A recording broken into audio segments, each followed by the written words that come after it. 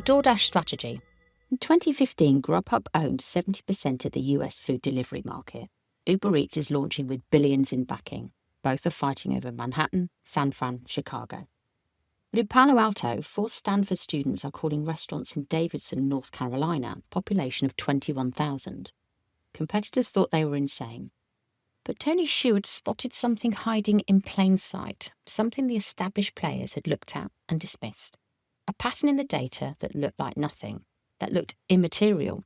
Suburban restaurants had 0 delivery options, which meant suburban customers were ordering 0 deliveries. Not because they didn't want food delivered, because no one would deliver to them.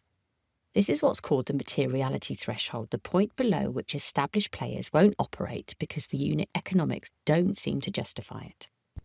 GrubHub needed density. They needed 20 restaurants per square mile and customers ordering multiple times per week. The suburban economics looked terrible on paper. Except they weren't. Suburban families order large amounts, feeding 4 people, not 1. They had higher disposable income, lower delivery costs because of less traffic and better parking. And once you have their business, they stay, because there are no other delivery options. So while GrubHub and Uber fought over Manhattan, DoorDash was quietly building in 4,000 towns that nobody else cared about. And in those towns, they had something priceless, locked-in customers with 0 competition. By 2019, DoorDash had 58% market share in the suburbs, higher than their overall share. They'd built a moat where competitors hadn't even bothered to look. Then COVID hit.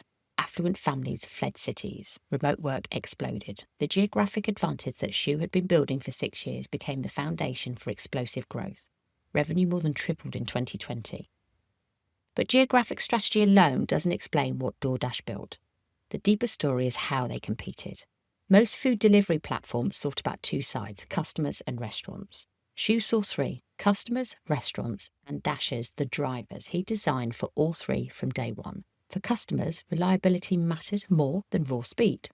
For merchants, they went further than logistics. For Dashers, they built algorithms that batched deliveries effectively. This 3-sided optimization created network effects that compounded. More restaurants attracted more customers. More customers created more delivery opportunities. More opportunities meant better earnings for Dashers, which attracted more Dashers, which improved delivery times, which brought in more customers. To this day, every DoorDash employee in the US completes 4 delivery shifts per year. Xu still does his. In 2025, a journalist rode along as he attempted 4 deliveries in San Fran. He earned $19 for an hour's work. And he knew exactly which building entrances Dashers should use, where parking was easy, and which restaurants forgot desserts more often. He calls it getting to the lowest level of detail. When problems arise, you don't theorize from a conference room, you go do the work. You find where the system actually breaks and then you fix it. The other principle that defined how DoorDash executed, the and, not or. Underpinning all of it, a relentless focus on compound improvement, their core value. Get 1% better every day. This sounds like generic startup wisdom, but it isn't. 1% better per week, compounded over a year, is 68% better. That's the maths of operational discipline applied to thousands of local markets at once.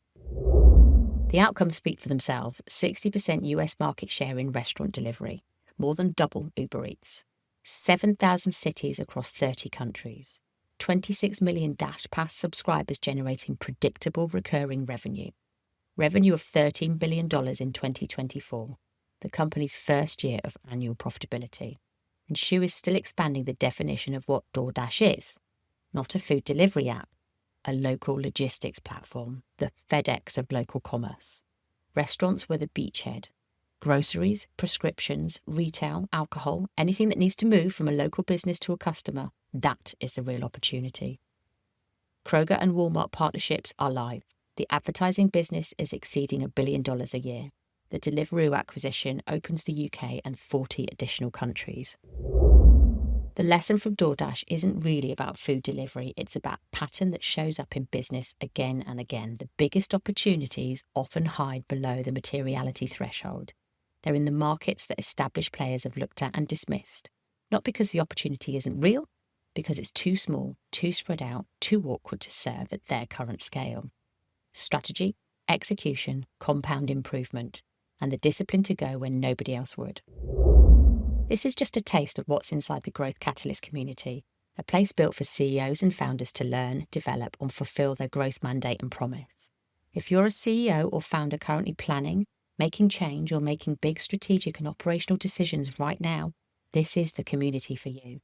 Get 90 days free all access at Zockery.com.